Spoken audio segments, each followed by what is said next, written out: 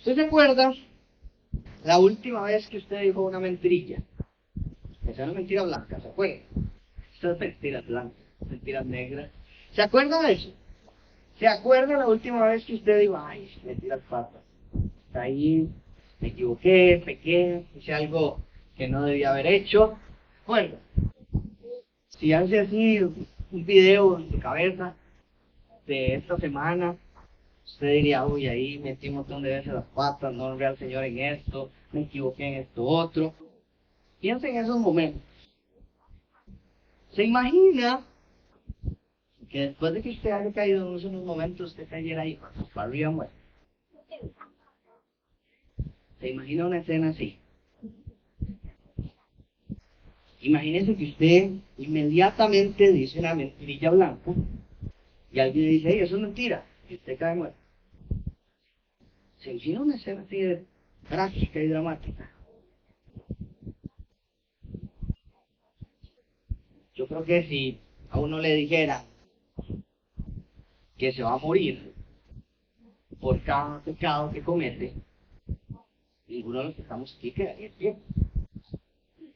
Uno. La historia que vamos a ver hoy en Hechos se trata de, nos muestra una ocasión en la que pasó justamente. Y espero que podamos aprender de esta historia, que podamos disfrutarla, traerla a nuestras vidas y valorar cuán grande es el amor que Dios tiene por cada uno de nosotros a partir de esta historia. Quiero que veamos Hechos capítulo 4, versículo 32. Abra su Biblia ahí en Hechos capítulo 4, versículo 32. Vamos a estudiar hasta el capítulo 5, versículo 11. Y hoy vamos a estar continuando en la serie que le hemos llamado Comienza la Aventura. Y yo les había dicho que íbamos a ver persecuciones, íbamos a ver milagros, íbamos a ver sanidades, íbamos a ver prédicas, íbamos a ver que habrá que capturen a los discípulos y que también íbamos a ver muertes. Y hoy Hechos nos empieza a contar un poquito de esto. Entonces, voy a leer para ustedes Hechos 4 del 32 al capítulo 5, versículo 11. Dice, la congregación de los que cayeron era de un corazón y un alma. Ninguno decía ser suyo lo que poseía, sino que todas las cosas eran de propiedad común. Con gran poder, los apóstoles daban testimonio de la resurrección del Señor Jesús y había abundante gracia sobre todos ellos.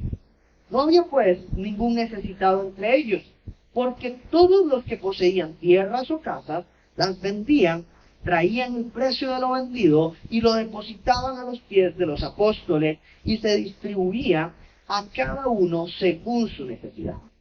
José, levita, natural de Chipre, a quien también los apóstoles llamaban Bernabé, que traducido significa hijo de consolación, poseía un campo y lo vendió, trajo el dinero y lo depositó a los pies de los apóstoles. Pero cierto hombre, llamado Ananías, con Zafira, su mujer, vendió una propiedad y se quedó con parte del precio, sabiéndolo también su mujer. Y trayendo la otra parte, la puso a los pies de los apóstoles.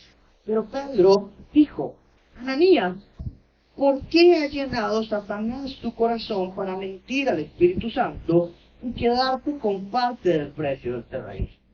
Mientras estaba sin venderse, no te pertenecía, y después de vendida, no estaba bajo tu poder. ¿Por qué concebiste este asunto en tu corazón? No has mentido a los hombres, sino a Dios. Al oír Ananías estas palabras, cayó y expiró, y vino un gran temor sobre todos los que lo supieron. Entonces los jóvenes se levantaron y lo cubrieron, y sacándolo le dieron sepultura. Como 3 horas después entró su mujer, no sabiendo lo que había sucedido. Y Pedro le preguntó, dime, ¿vendieron el terreno en tal precio? Sí, ese fue el precio, dijo ella. Entonces Pedro le dijo, ¿por qué se pusieron de acuerdo para poner a prueba al Espíritu del Señor? Mira, los pies de los hombres que sepultaron a tu marido están a la puerta, y te sacarán también.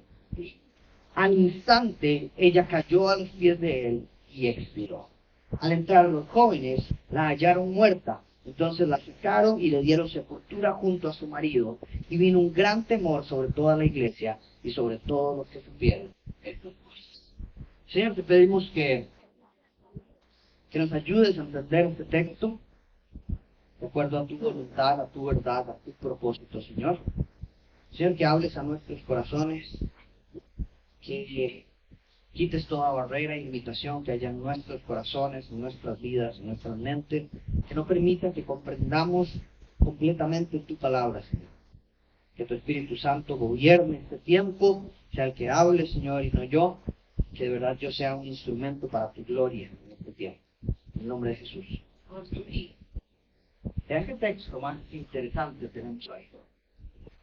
Y es muy interesante, hay cosas muy ricas que podemos aprender de este texto. Lo primero que vemos, lo encontramos en los versículos 32 al 35, y lo he dividido en tres partes.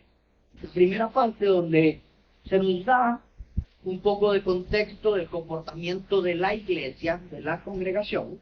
La segunda parte, en donde vemos la actitud de un hombre llamado José. Y la tercera parte, donde vemos la actitud de un matrimonio, Ananías y Zafira.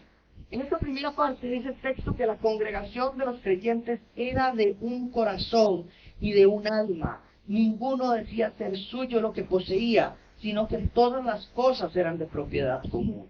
Con gran poder los apóstoles daban testimonio de la resurrección del Señor Jesús, y había abundante gracia sobre todos ellos. No había pues ningún necesitado entre ellos, porque todos los que poseían tierras o casas las vendían, traían el precio de lo vendido y lo depositaban a los pies de los apóstoles, y se distribuía cada uno según su necesidad. Lo primero que nos encontramos en esto es una iglesia, cristianos, hermanos en la fe, que tienen una perspectiva correcta de lo material. Hermanos que tienen una perspectiva saludable y sana de las cuestiones materiales. Dice 1 Timoteo capítulo 6, versículo 10, porque la raíz de todos los males es el amor al dinero, por el cual, codiciándolo, algunos se extraviaron de la fe y se torturaron con muchos dolores. Pablo dice en este texto que las personas se extravían de la fe y que incluso sufren y se torturan con muchísimos dolores cuando aman el dinero. Que el amor al dinero es el principio de todos los males. Y aquí lo que vemos es lo contrario. Vemos una iglesia que se aman más los unos a los otros que lo que aman el dinero o lo que aman las posesiones.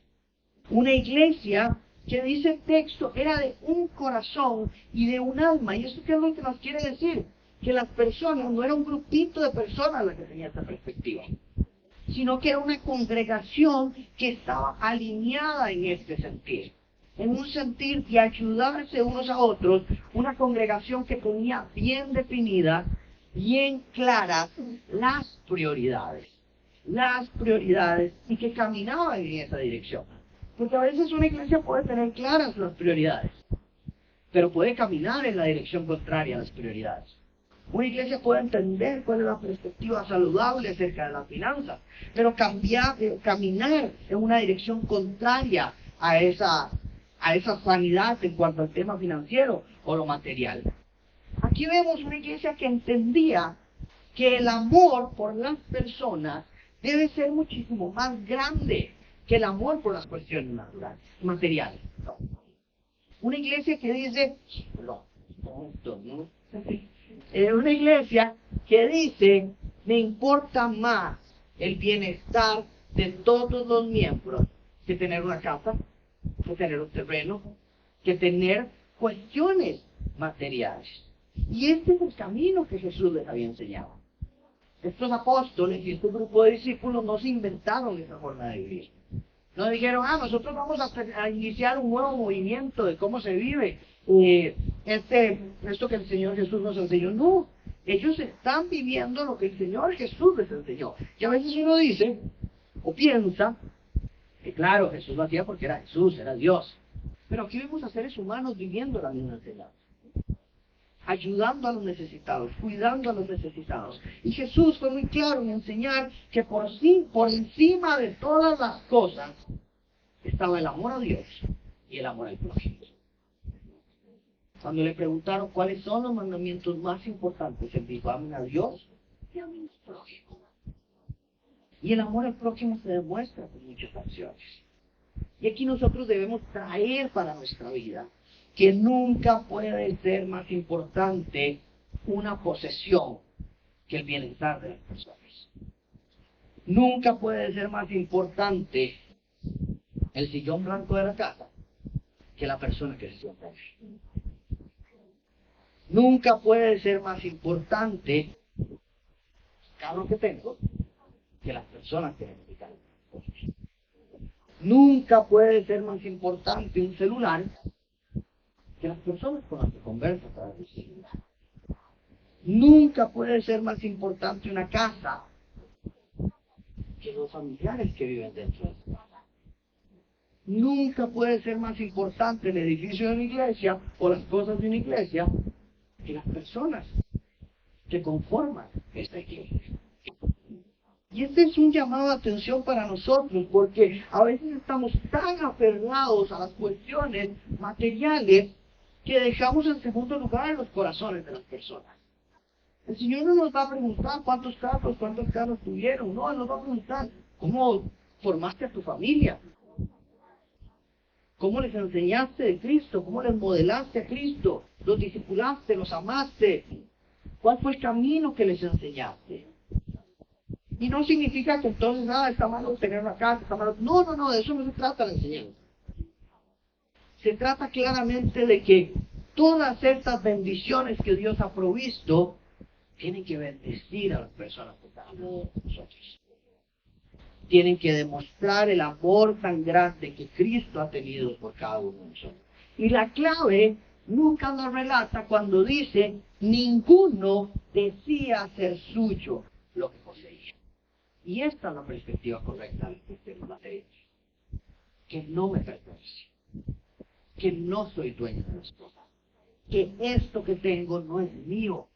Que Dios lo ha provisto para que yo lo administre, lo cuide, lo reparta, lo use de bendición, pero no puedo enamorarme de las cosas, más de las cosas que de las personas. No puedo enamorarme más de una cuestión material que de las personas. A mí me encantan los carros, fascina. Yo digo a mi esposa, si yo tuviera muchísimo plata, lo que tendría sería un garaje. Y se acabó que él también. Y de verdad me fascina. Hoy andábamos en un lugar, Corral y yo de unos carros, unos Hilux viejitos y un Land Cruiser viejito que a mí se me hacía la boca agua ver esos carrazos. Y yo siempre digo eso, ¿verdad? Pero a veces uno dice, ¿para qué quiero esas cosas? Porque la perspectiva no la puedo perder. No puedo perder la perspectiva de que yo no estoy en esta tierra para acumular carros. Yo jamás pudiera. Pero no es ese el objetivo para el que Dios me puso en esta tierra. No me puso para acumular bienes. No me puso para tener todos los terrenos. No. El Señor me ha puesto con un propósito de glorificarlo con todo lo que yo haga. De honrarlo con todo lo que yo haga. Y yo siempre debo hacerme esta pregunta: ¿cómo este garaje de carros que quiero va a glorificar al Señor? No se invente cualquier cosa. Que uno puede ser creativo para pensar en una forma. Pero debemos comprender que Dios ha provisto. Y me encanta el pasaje en Filipenses que dice: el Señor proveerá todas las necesidades conforme a las riquezas en Cristo Jesús. No dice conforme a lo que usted quiere. Conforme a las riquezas de Cristo Jesús. ¿Cuáles son las riquezas de Jesús? Cosas materiales no me pertenecen, no soy dueño de ellas, no me puedo enamorar mucho más de ellas, más que de las personas. Y lo otro es que las cosas materiales no son mi identidad. Yo no soy lo que tengo. Yo no soy lo que poseo. Yo no tengo un alto valor en la vida si tengo muchas cosas. O tengo un poco valor en la vida si tengo pocas cosas. No, mi identidad no está definida por las cosas materiales. Las cosas materiales no definen quién soy yo. Las cosas materiales no me dan una posición en el cielo. Las cosas materiales no definen mi relación con Dios. Y si mi relación con Dios es lo más importante en este universo, ¿por qué entonces me aferro tanto a las cosas materiales? ¿Por qué pienso tanto en las cosas materiales y ellas no definen mi relación con Dios? Y todo lo demás que define mi relación con Dios, lo descuido. No le doy el lugar que le corresponde, pero las cosas materiales tienen un lugar importante y no definen mi relación con Dios. Y todo lo demás, si lo podría definir, lo tengo descuidado. Debemos entender que las cosas materiales que el Señor nos ha dado, nos ha provisto, son para bendición de los demás, como lo vivía esta comunidad. Dice Filipenses capítulo 2, versículos 3 y 4, no hagan nada por egoísmo, no hagan nada por vanagloria, sino que con actitud humilde cada uno de ustedes considere al otro como más importante que a sí mismo, no buscando, en esta parte, cada uno sus propios intereses, sino más bien los intereses de los demás. No hagan nada, y esto incluye también el aspecto material. No hagan nada para ustedes mismos, no hagan nada sin pensar en los intereses de los demás, no hagan nada por egoísmo, no hagan nada por vanagloria. Ese es el nivel de Jesús, y me encanta que este pasaje después dice, más bien hagan como Cristo hizo. Que no se aferró a una posición de Dios que tenía, sino que hizo de siervo. Entonces aquí el pasaje, Pablo nos dice, no hagan nada por egoísmo, porque ni siquiera Jesús siendo Dios lo hizo. Entonces ubiquémonos nosotros. Ubiquémonos nosotros, que todo lo que nosotros tenemos ha sido provisto por Dios, no para nuestros propios intereses, sino para los intereses de los demás. ¿Cómo? Usted está utilizando lo que Dios le ha provisto para bendecir a los demás. ¿Cómo usted está utilizando lo que el Señor le ha dado para el interés de los demás? ¿Cómo sus decisiones económicas reflejan una actitud humilde que considere al otro y no una actitud de egoísmo y de vanagloria? Ese es el desafío del creyente. Vivir de una forma distinta a la que vive el mundo. Y el fruto de este pensamiento lo describe Lucas claramente. Dice, no había ningún necesitado. No había ningún necesitado. Ese es el fin último de la provisión de Dios. Formar en nosotros un corazón de tal forma que no haya ningún necesitado.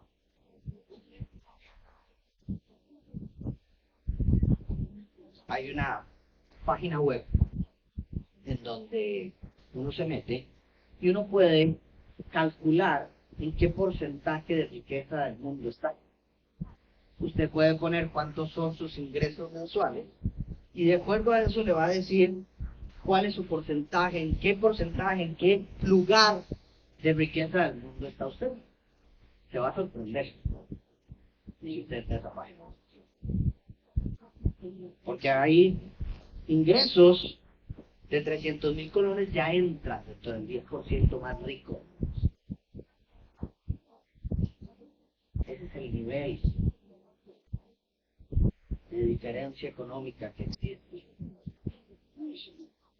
La página también ofrece un número que dice cuántas personas no tienen ni siquiera $1 para vivir al día.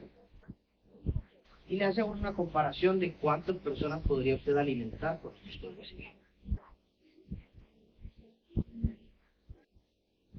¿Cómo nos estamos haciendo cargo nosotros de los necesitados, familia? ¿Cómo el cristiano está haciendo luz y haciéndose cargo de aquel que vive en necesidad? Porque aquí lo que yo veo es una iglesia que se está haciendo cargo. Y lo vamos a ver después, en el capítulo 6, donde incluso se tienen que poner de acuerdo para hacerse cargo de un grupo específico de personas. Y ellos mismos dicen, esto que hay gente que estamos descuidando. Ellos hacen un alto inclusive para eso y asignan personas específicas para que se hagan cargo. ¿Cómo nosotros nos estamos haciendo cargo de la gente que está en necesidad? Porque a veces nosotros, el mundo nos ha vendido la idea de que esa es responsabilidad del gobierno. Es que el gobierno tiene que hacerse cargo de las personas en pobreza. Ay, es que las instituciones tienen que hacerse cargo de las instituciones por esa. Dios no diseñó las instituciones. Dios no diseñó los gobiernos. Dios no diseñó las organizaciones. Dios diseñó familias que lo iban a glorificar. Y le dijo a las familias que ustedes van a ser de bendición para todas las familias de la tierra. La organización que Dios creó no es un gobierno, es una familia. Entonces la responsabilidad está en las familias creyentes en este Dios y ser de bendición para aquellos que nos viven. ¿Cómo nos hacemos cargo de las personas que están en las calles? ¿Cómo usted se está haciendo cargo de las personas que están en pobreza? ¿Cómo usted se hace cargo de niños huérfanos? ¿Cómo usted se hace cargo de viudas que no tienen para vivir? Si Dios nos ha provisto a cada uno de nosotros abundantemente, deberíamos ser de bendición para alguna de estas poblaciones. Hoy mi mensaje para usted en esta primera parte es: escoja una población de ayuda. Escoja un necesitado de ayuda. Si usted tiene una pasión enorme en su corazón por aquellos niños que no tienen padres, haga algo por ellos. Porque Dios le ha provisto a usted para que se pueda hacer algo.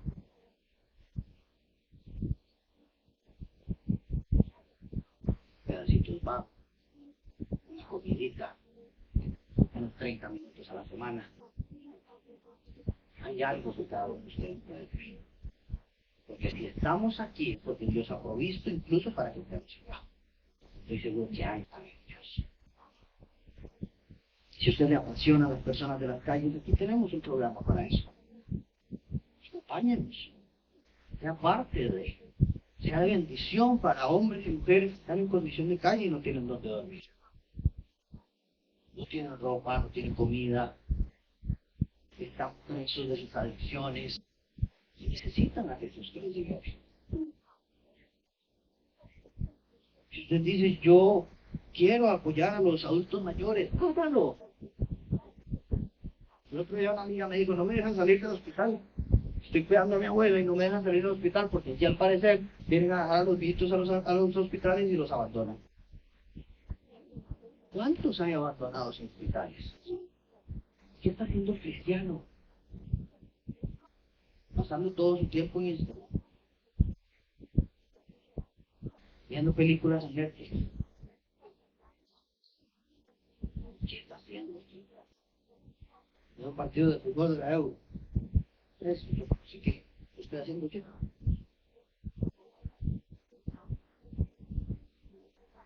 Esta responsabilidad es nuestra. El Señor Jesús les dijo: den y les será dado, medida buena, apretada, remecida y rebosante. Vaciarán en sus regazos, porque con la medida que midan se les volverá a medir. Y después dijo: porque tuve hambre y ustedes me dieron de comer. Tuve sed y me dieron de beber. Fui extranjero y me recibieron. Estaba desnudo y me vistieron. Enfermo y me visitaron. En la cárcel y vinieron a mí. Entonces los justos le respondieron diciendo: Señor, ¿cuándo te vimos hambriento y te dimos de comer? ¿O sediento y te dimos de beber? ¿Y cuándo te vimos como extranjero y te recibimos? ¿O desnudo y te vestimos? ¿Cuándo te vimos enfermo o en la cárcel y vinimos a ti? El rey les responderá: en verdad les digo que en cuanto lo hicieron a uno de estos hermanos míos, aún a los más pequeños, a mí lo hicieron. El Señor Jesús dice que hay extranjeros en necesidad, que hay personas desnudas que no tienen que ponerse, que hay enfermos y que hay personas en las cárceles a los que cuando nosotros vamos es como si lo hiciéramos por el mismo Cristo. Hay tanta necesidad en este mundo. Hay tanto dolor, hay tanto donde ayudar. Nosotros somos la luz del mundo. Nosotros somos los que llevamos el amor de Cristo a estas personas. El gobierno no lo va a llevar. Las instituciones privadas o públicas no van a llevar a Jesús a los días de la noche. Le toca a la iglesia. Y hay que empezar. Es una labor. Un cristiano ama mucho más a las personas en necesidad que lo que ama a sus posesiones. Y eso se demuestra con acciones. Y vemos un ejemplo claro en el siguiente versículo. Dice: José, un levita de Chipre, a quien los apóstoles le llamaban Bernabé, que significa hijo de consolación, tenía un campo y lo vendió. Trajo el dinero y lo depositó a los pies de los apóstoles. Y aquí nos muestran un ejemplo de un corazón generoso. Un ejemplo pequeño de un corazón generoso. Un hombre llamado José, que le decían hijo de consolación. Qué lindo apodo. Hijo de consolación. Y dice que este hombre vendió una propiedad que tenía y lo trajo a la iglesia para que fuera utilizado para las necesidades de las personas. ¿Se imaginan esto hoy? Que alguien diga: vendí mi carro, tomen, uso todo este dinero para bendecir a las personas en necesidad. Vendí mi casa, usen el 50% para bendecir a las personas que están en necesidad. ¡Wow! ¿Se imaginan que eso pasara en nuestros días? Es un ejemplo admirable. Me encanta porque a este José nadie le pidió que hiciera eso. No era una obligación. Él no estaba obligado a vender sus propiedades y llevarlas a la iglesia. Es una expresión voluntaria de él. Es una expresión de su amor y de su compromiso para con su comunidad. Nadie le pidió que hiciera esto. Nadie lo obligó que hiciera esto. Ni siquiera nadie le predicó y le dijo: esto es un mandato nuevo que Jesús dijo, háganlo. No, nada de eso pasa. Es un deseo del corazón de Bernabé. Es un deseo de ser generoso. Es un deseo de dar con amor. Y hay que comprender que esta iglesia vivía muchos tiempos de necesidad. Y el contexto en el que ellos están los anima a tener esta generosidad. Pero no hay una limitante ni una indiferencia ante el contexto. ¿Qué contexto hay? Imagínense la hostilidad romana que ellos están viviendo. Ellos viven una hostilidad romana en donde los romanos abusan de ellos de muchas formas, incluso económicamente. El pago de impuestos a los romanos era terrible, era doloroso, no le importaba nada y había que pagar, y si no pagaban con su vida. No es que no van a hacer una multita y se la notifican por correo, no. Se pagaba con la vida no pagar esas cosas. Además de esa hostilidad romana, hay una hostilidad judía de parte de sus mismos hermanos, sus religiosos, que decían: ay no, estos son los que creen en Cristo, persíganlos, aprésenlos, cáchenlos, amenácenlos, no les den trabajo. Hay una hostilidad de sus mismos compatriotas. Y además hay condiciones sociales y económicas muy complicadas en la época. Muchos dejaron sus trabajos por seguir a Jesús, entre ellos los apóstoles.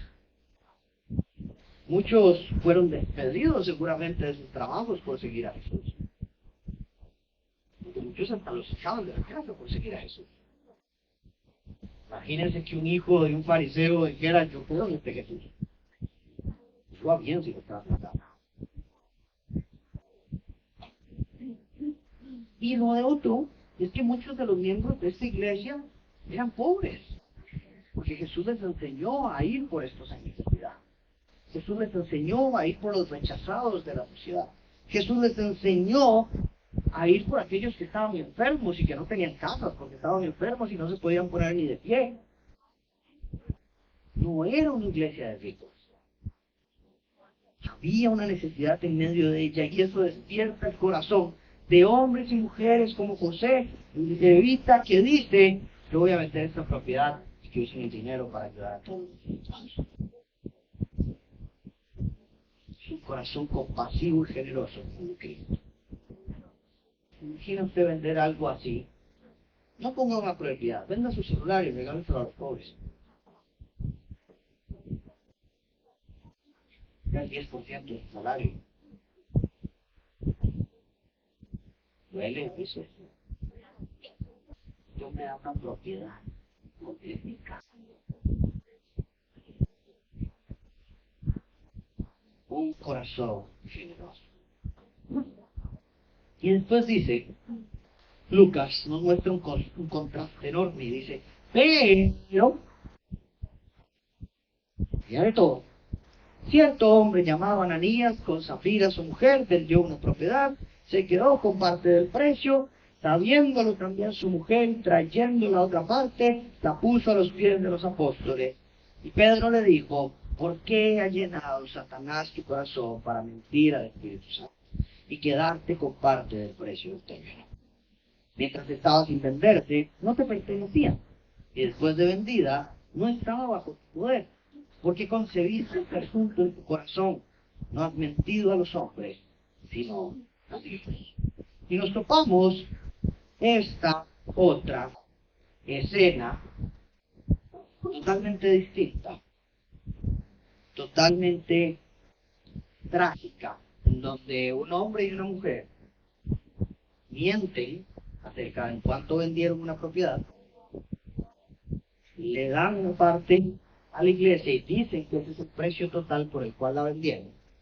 Pedro, guiado por el Espíritu Santo, porque dice que revelado por el Espíritu Santo, les dice que en este no era el precio, porque mienten de esta manera, y al instante caen muertos. Una escena trágica, que uno dice, wow, pocas veces se ve que pasa esto. En estos casos, hay otro caso donde pasa, lo pueden encontrar en Josué capítulo 7, un hombre llamado Acán. Por eso también tiene que ver con recursos, dinero, cosas materiales, que también inmediatamente casan. ¿Qué vemos en esta porción? Vemos un contraste de un hombre que tiene un corazón generoso y otro hombre que tiene un corazón engañoso. Aquí hay que aclarar algunos asuntos. Ellos no estaban obligados a vender sus propiedades y a darlas a la iglesia. Y el gran problema no es que ellos dieron menos a la iglesia. El gran problema aquí es el corazón lleno de engaño, que quería aparentar algo delante de la congregación que realmente no era. Ellos decidieron y se pusieron de acuerdo en aparentar ser los más generosos, en aparentar ser cuidadosos, en aparentar tener un corazón lleno de generosidad y decir, nosotros vendimos este terreno a este precio y estamos dando todo, porque eso es lo que más nos importa. Pero era mentira. Mienten a sus hermanos, mienten a los apóstoles, mienten a su comunidad, se mienten ellos mismos y quieren engañar. Y yo veo dos puntos principales y le he llamado uno, no se engañe. Porque en muchas ocasiones nosotros nos comportamos de esta manera. Y tenemos que evaluar que nosotros estamos haciendo las cosas por apariencia. Hacemos las cosas por apariencia porque queremos quedarle bien a la gente. Hacemos las cosas por apariencia porque queremos una posición de influencia. Hacemos las cosas por apariencia porque queremos una posición de poder. Pero genuinamente nuestro corazón está a otro lado. Y eso pasa en la iglesia. Pasa muchísimo en la iglesia que la gente se acerca. Yo quiero ayudar. En realidad lo que quieren es una posición. Yo quiero dar, pero en realidad lo que quieren es que su nombre sea exaltado. Y de eso no se trata, y eso es el punto clave acá. No se engañe. No se engañe, porque a Dios no lo va a engañar. Es muy interesante que aunque este texto habla de recursos materiales, no se trata de eso. Esta porción se trata de un corazón. Y aquí nosotros tenemos que traerlo a nuestra vida, no solamente con las cuestiones materiales, sino con todas las áreas de nuestra vida. ¿En qué áreas de mi vida yo soy pura apariencia y quiero engañar? Que a veces nos engañamos a nosotros mismos siendo cristianos de sábado, ¿no? Somos cristianos de sábado de 5 a 7:30, pero el resto de mi semana vivo engañado. Y engaño a la gente y les digo, claro, yo soy el cristiano lindo que viene aquí a predicar y que se sabe la Biblia y que se sabe los textos, pero soy un caos el resto de la vida. Una doble vida. Y vivo engañando a personas y creyendo que engaño a Dios. Y no me doy cuenta de lo que estoy viviendo. A veces puedo engañarme llenándome de actividades, metiéndome en relaciones, llenando vacíos emocionales, metiéndome en un montón de cosas, engañándome de que esa es la vida que me corresponde vivir sin resolver los problemas serios que hay en mi corazón. Y me engaño diciendo que yo le estoy haciendo bien a esta persona y no me doy cuenta que estoy roto por dentro y lo que estoy haciendo es llenando vacíos. Y me engaño creyendo que esta forma de vivir es la que Dios quiere que vivamos. A veces me engaño en el servicio en la iglesia. Y sirvo en la iglesia y soy súper activista en la iglesia. Y creo que eso es ser un buen siervo del Señor. Pero me estoy engañando porque Dios quiere una relación, no alguien que haga un montón de cosas. Entonces no se engañe, tenga cuidado. Porque aquí vemos que el Señor expone este engaño. Y que a Dios no le agrada este tipo de corazón. No se engañe porque nadie va a engañar a Dios. Y el segundo punto que veo. Primero, no se engañe, y el segundo es, no seamos carevados. ¿Por qué no seamos carevados? Porque a veces nosotros, viviendo este engaño, abusamos de la gracia de Dios. Y nosotros decimos, Dios no me va a matar. Yo no voy a caer aquí, patas para arriba, si hago esto. Entonces abusamos de esa gracia, metiéndonos en cosas que sabemos que son pecados, y vamos de junto para allá, porque decimos, sí, Señor me va a perdonar por lo que yo hago. Hemos sido salvados por la gracia y compasión y la misericordia de Jesucristo. Pero en ningún lado hay un sellito de garantía que diga, usted no le puede pasar, usted no le va a pasar lo de la niña, mira. No hay ninguno de esos. Yo creo que nosotros a veces hemos perdido este temor al Señor. Y vivimos como si no hubiera un Dios que en cualquier momento nos puede hacer expirar. Es muy importante que recordemos con quién tenemos. Porque nuestro pecado se paga con muerte. Anías y Jafira lo pagaron con su vida. Pero el pecado de cada uno de nosotros se paga con muerte. No es que queda absuelto y que nadie paga. No. Entonces no seamos carevados. No vivamos bajo engaños y entendamos que tenemos una responsabilidad delante de nuestra comunidad de integridad, de pureza, de santidad y no de vivir como nosotros queramos, sin que haya una responsabilidad ni consecuencia de nosotros. Nosotros hemos sido salvados por gracia, pero nuestras acciones tienen consecuencias. Nuestras obras sí tienen consecuencias. Y nuestras obras son el fruto de lo que hay en nuestro corazón y de lo que creemos en nuestro corazón. No nos salvan, pero reflejan lo que nosotros creemos de Cristo.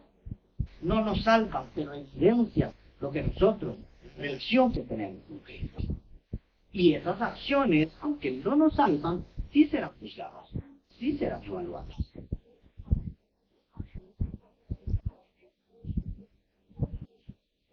Y lo último, con esto termino,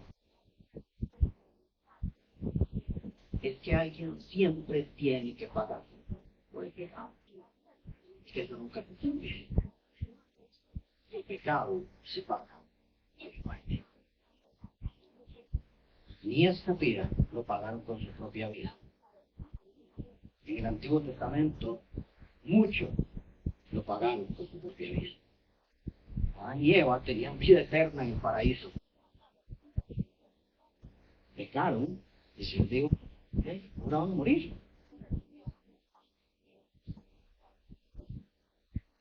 entonces tu pecado y el mío también se paga con muerte.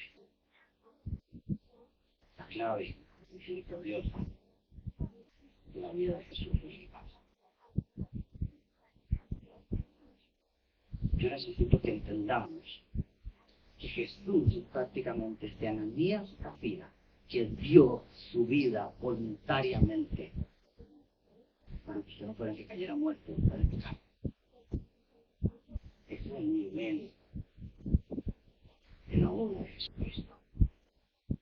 Jesucristo pagó con su vida el precio de su pecado y de mi pecado.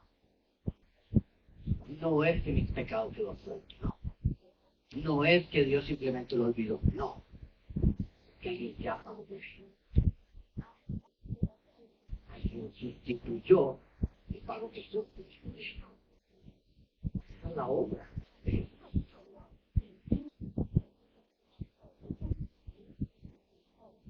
Y esta obra es una manifestación gigante del amor. Porque cuán grande amor tiene Dios que decide dar a su propio Hijo, que no hizo nunca nada malo, que fue puro, que fue santo, que fue íntegro, que fue perfecto, y decidió darlo y que él pagara por los pecados de todos nosotros.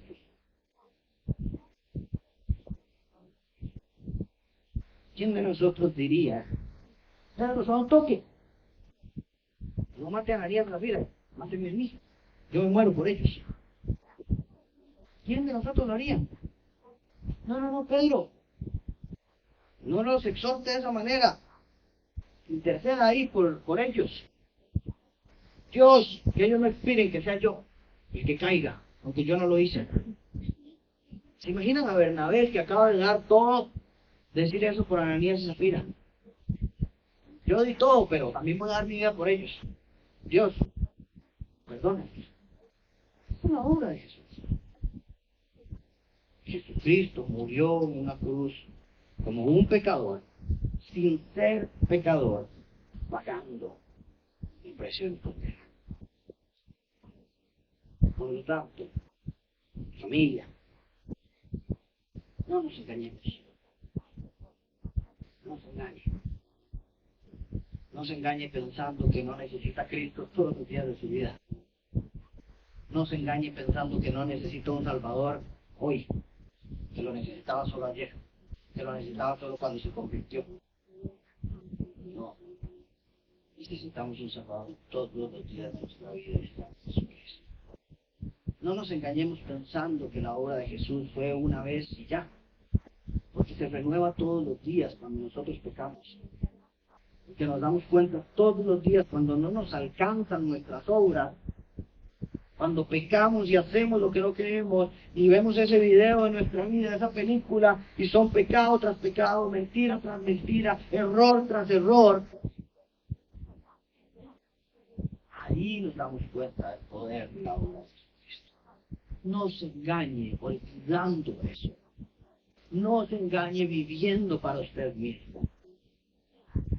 Hay un versículo en Corintios que dice que el Señor murió para que seamos libres de nosotros mismos, que vivamos para Él. Cuán importante es darnos cuenta de que el amor de Jesucristo, que pagó nuestros pecados, nos libera de nosotros mismos para que vivamos para Cristo. Y si sintiéramos eso, todo cambia. Si nos damos cuenta de esa perspectiva, todo cambia. No os engañe. Necesitamos a Cristo todos los días.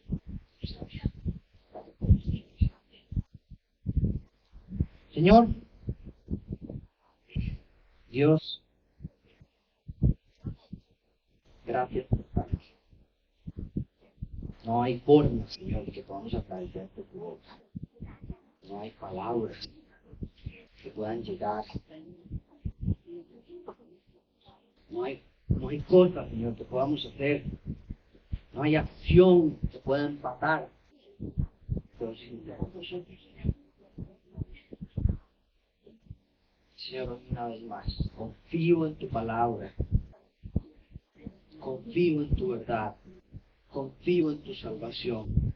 Confío en el perdón de mis pecados que hay en tu sangre, Señor. Confío que me puedo acercar confiadamente, orarte, hablarte, sabiendo que recibo gracia, compasión y perdón por mis pecados. Hoy te pido perdón por mis pecados, Jesús. Hoy te pido perdón por vivir para mí mismo. Señor, hoy reconozco una vez más, yo soy la mía sucedida. Alguien que engaña, alguien que miente, alguien que hace daño, que perfectamente, Señor, podría caer aquí muerto y pagar con mi vida por todos mis pecados, porque lo merezco y lo justo.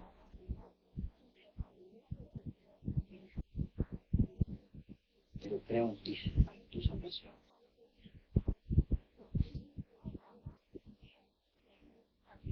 Creo, Señor. Creo, Señor, que eres tu Padre.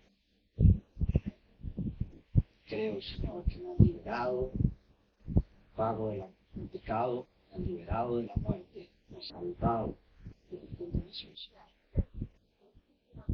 Te alabo, Jesús. Te exalto todo el tiempo, Señor. Aduéñate, Señor, de mi corazón. Quita, Señor, el engaño que hay en mi vida, Señor. Todas estas ideas engañosas, Señor, que me hacen cometer tantas decisiones erradas, Señor, que me hacen meterme en tantos enredos, Señor, que me hacen echar a perder tantas relaciones. Quita de mí, Señor, el engaño que hay en mi corazón. El corazón es engañoso, Señor, y me engaña todo el tiempo haciéndome ir en direcciones que no son las que te agradan. Te pido perdón, Señor, y te pido que de verdad, por medio de tu Espíritu Santo, diariamente, transforme mi corazón, Señor. Que me ayudes a vivir santamente, íntegramente, honestamente, entendiendo que estoy rescatado, que ahora soy siervo tuyo para tu gloria. Señor, que todo lo que tengo en mi vida, mis posesiones, mis relaciones, todas las bendiciones que me has dado, Señor, sean para tu gloria. Que yo pueda entender que nada de lo que tengo es mío, sino que es provisto para que yo pueda ayudar a aquellos que están en necesidad. Que has provisto un mensaje de verdad, que has provisto un montón de cosas materiales para ayudar a aquellos que están enfermos. Lo que pasa por gracias. Señor, bendice la vida, cuida de nosotros.